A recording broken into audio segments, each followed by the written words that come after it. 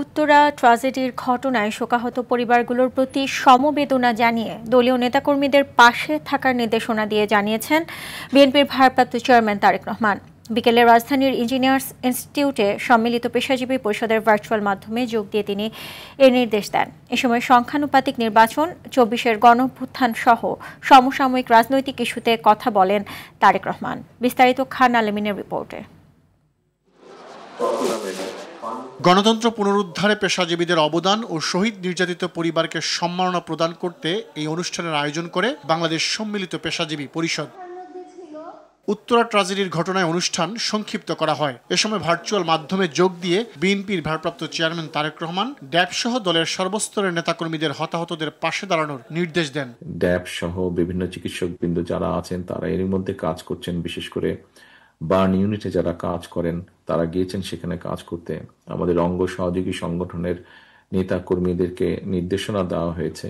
তারেক রহমান বলেন, সরকারের কাঁধে বন্দুক রেখে যারা আখের গোছাতে চায় তারাই সুকৌশলে নির্বাচনের পথে বাধার তৈরি করছে। অন্তর্বর্তীকালীন সরকারের ঘাড়ে যারা বন্দুক রেখে সরকারের উপরে নিজেদের খবরদারি বহাল রাখতে চায়, সরকারের উপরে প্রভাব খাটিয়ে বিভিন্নভাবে ফায়দা হাসিল করতে চায় বা নিজেদের আখের গোছাতে চায়, তাদেরকেই আমরা দেখছি জাতীয় নির্বাচন অনুষ্ঠানে সুকৌশলে বাধা সৃষ্টি করছে। তিনি মনে করেন, সংখ্যানুপাতিক নির্বাচন চালু হলে রাষ্ট্র এবং রাজনীতিতে বিচ্ছিন্নতাবাদ, ফ্যাসিবাদ, চরমপন্থা বিকাশের পথ সুগম হবে। হুমকির মুখে পড়বে স্বাধীনতা ও সার্বভৌমত্ব। সংখ্যানুপাতিক নির্বাচনী যে ব্যবস্থা প্রবর্তনের অর্থ কিন্তু রাষ্ট্র এবং রাজনীতিতে বিচ্ছিন্নতাবাদ, ফ্যাসিবাদ, চরমপন্থার বিকাশের পথ সুগম করে দেওয়া।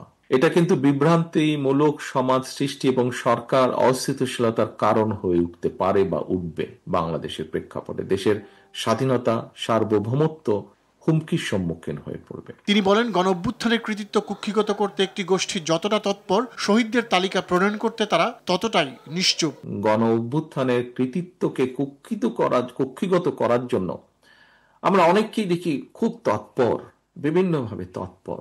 শহীদদের তালিকা তৈরি করার ক্ষেত্রে যদি এই তৎপরতাটা থাকতো তাহলে হয়তো নিশ্চয়ই আমরা এতদিনের শহীদদের একটা চূড়ান্ত তালিকা তৈরি করতে পারতাম। খান আলামিন, RTV, ঢাকা।